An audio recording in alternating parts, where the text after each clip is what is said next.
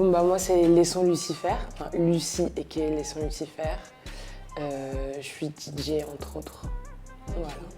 Comment tu définirais le DJing? C'est quoi pour toi? Le DJing c'est de la curation musicale, donc de la sélection musicale. Et c'est aussi travailler avec le public et essayer vraiment de mettre à l'aise le public et en imposant aussi sa patte.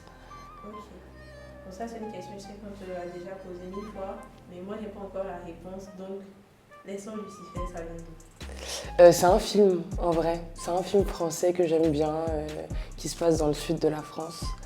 Donc voilà.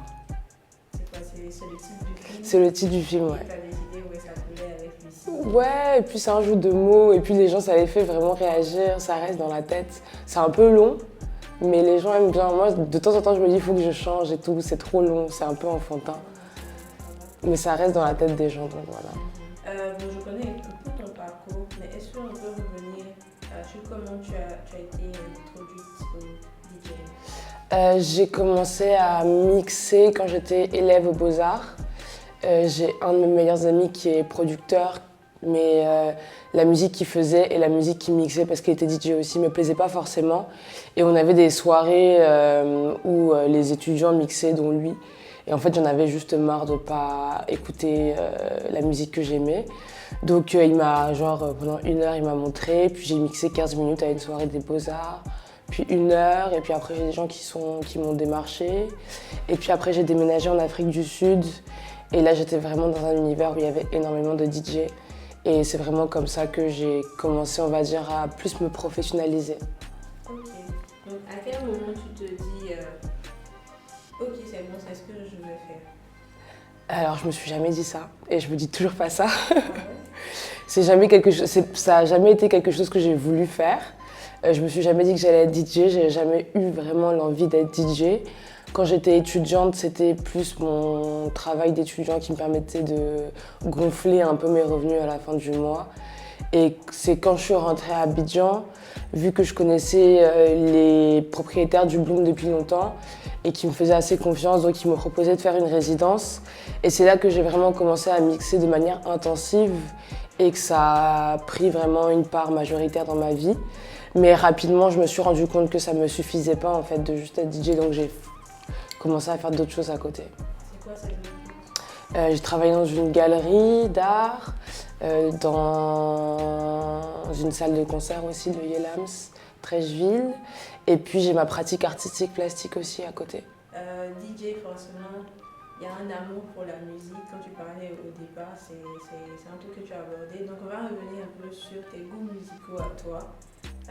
Des petites questions du genre, c'est quoi les albums que tu écoutes ou l'album que tu écoutes le plus en ce moment?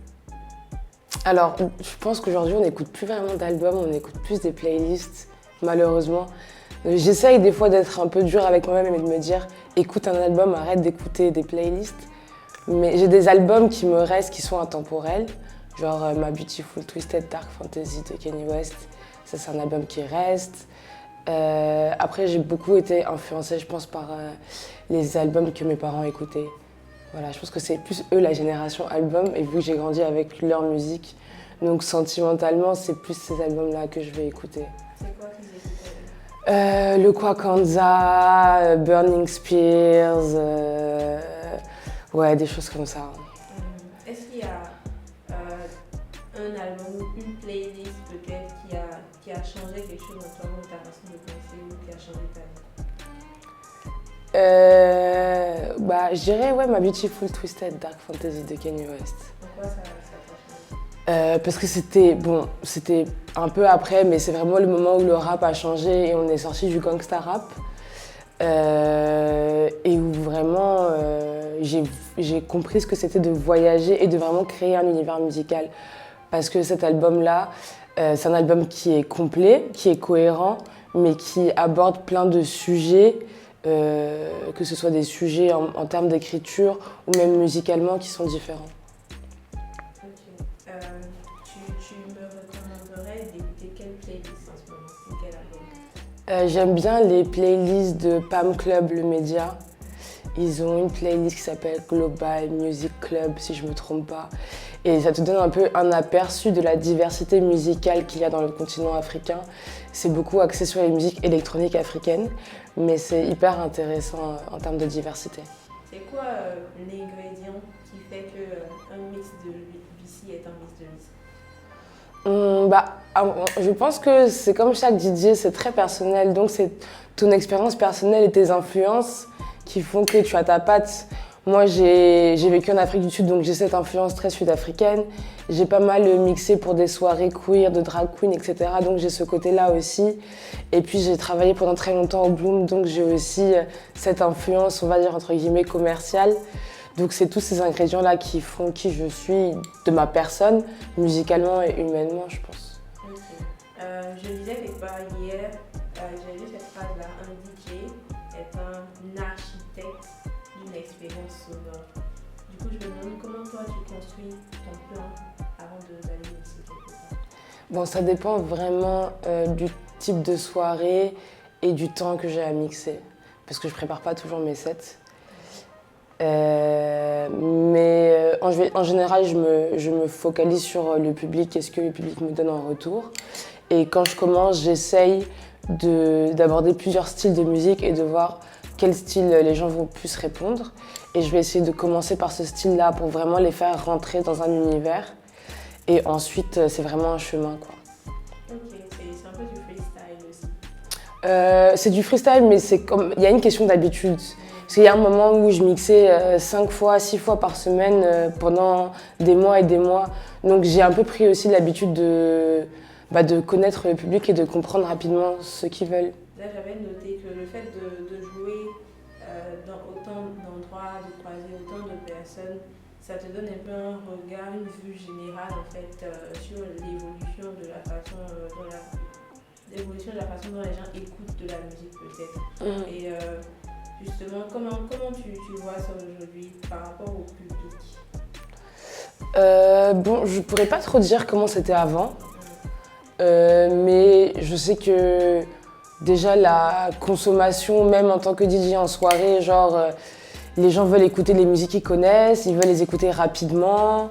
Il y a beaucoup de trends de TikTok, donc il y a beaucoup de musique où la seule chose qui compte, ça va être le refrain par exemple. Donc ouais, c'est dans cette manière-là de consommer la musique, c'est ça qui a vraiment changé. Et tu en penses quoi? Je pense que c'est dommage et que c'est dangereux parce qu'il faut pas juste... c'est comme dans tout, il faut pas se focaliser sur le nombre de followers, par exemple, d'un artiste pour juger de la qualité de sa musique, ni du fait que sa musique soit devenue virale pour juger la qualité de sa musique. Et il y a plein d'artistes, j'écoutais un artiste dernièrement qui faisait une interview dont sa musique est devenue virale sur TikTok, mais il disait « moi-même, on ne me connaît pas en fait ». Et en fait, ça empêche à l'artiste de vraiment proposer un univers. Parce qu'il a juste 15 secondes de sa musique qui marche. Donc c'est assez compliqué.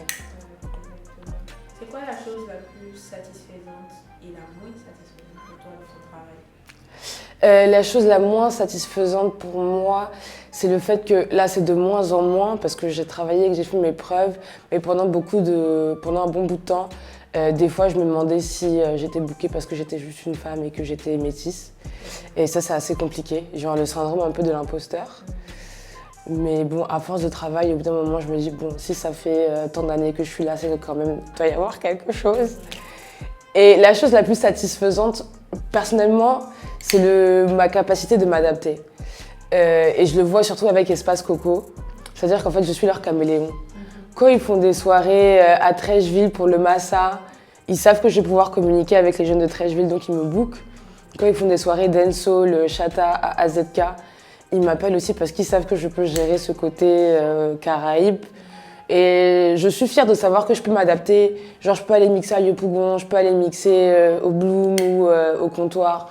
Je peux vraiment mixer dans plein de milieux sociaux, économiques qui sont différents. Juste parce que je pense que je suis attentive au public. Et pour moi, c'est vraiment important de faire autant de plaisir au public que de me faire plaisir. Donc voilà. Exactement. C'est quoi ton avis sur, disons, l'évolution du regard des gens sur le DJing, surtout ici? Est-ce qu'il y a une différence même par rapport à d'autres horizons? Qu'est-ce que je pourrais dire par rapport à ça, par rapport au regard? Je dirais que ici, en fait, pour être un DJ vraiment aussi important, il y a toute cette question de ramener la bonne clientèle, dire le nom dire le nom des clients aussi dans le micro. Enfin, il y a toute cette question de farotage aussi qui est là. Il y a beaucoup de DJ qui marchent énormément parce qu'ils ramènent des gens qui vont consommer des bouteilles de champagne et qui vont prendre des salons. Et c'est un peu comme ça que tu peux aussi te créer une vraie réputation dans le milieu. Moi, ça m'est déjà arrivé qu'on me dise « Lucie, juste ramène des bons clients qui prennent des salons et t'inquiète, ça va aller ». Sauf que moi, mes amis ne font pas ce genre de choses-là et je ne suis pas du tout de ce milieu-là. Donc je trouve que côté starification, il y a beaucoup de ce côté de ramener la bonne clientèle, faire boire. Et puis souvent, ici, on pense que le DJ va ramener le public alors que c'est pas le même travail. Donc voilà. Mais le fait que tu sois une femme dans ce milieu-là, est-ce qu'il y a des choses que tu remarques par rapport à ça, juste ton statut de femme? Oui, parce que des fois, les gens vont te booker juste parce que tu es une femme, ou les gens vont te décrédibiliser aussi juste parce que tu es une femme. Mais ça, je pense que c'est partout. Après, c'est vrai qu'ici, souvent, tu vas avoir des gens qui vont être là, waouh, mais j'ai jamais vu de DJ femme de ma vie. Alors, ils vont rester estomaqués à te fixer pendant 15 minutes parce qu'ils ont l'impression de rêver, alors qu'il n'y a rien d'exceptionnel. Mais en vrai, les gens de l'extérieur s'imaginent pas forcément, mais il y a énormément de femmes DJ en Côte d'Ivoire, mine de rien. On est de plus en plus, et moi je trouve ça bien. Ok, c'est cool. Raconte-nous, c'est ma dernière question, un fun fact, une chose intéressante qui t'est arrivée pendant une expérience de ce mixer. Franchement, il y a tellement de choses positives, négatives, je sais pas.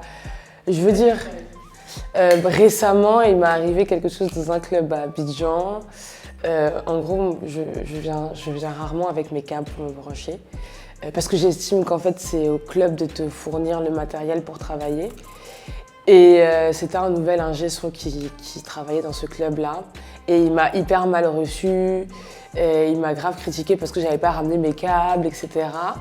J'étais hyper remontée et en plus, il me demandait quels étaient les branchements de ma machine et je lui disais, mais il me croyait pas, donc il vérifiait par lui-même.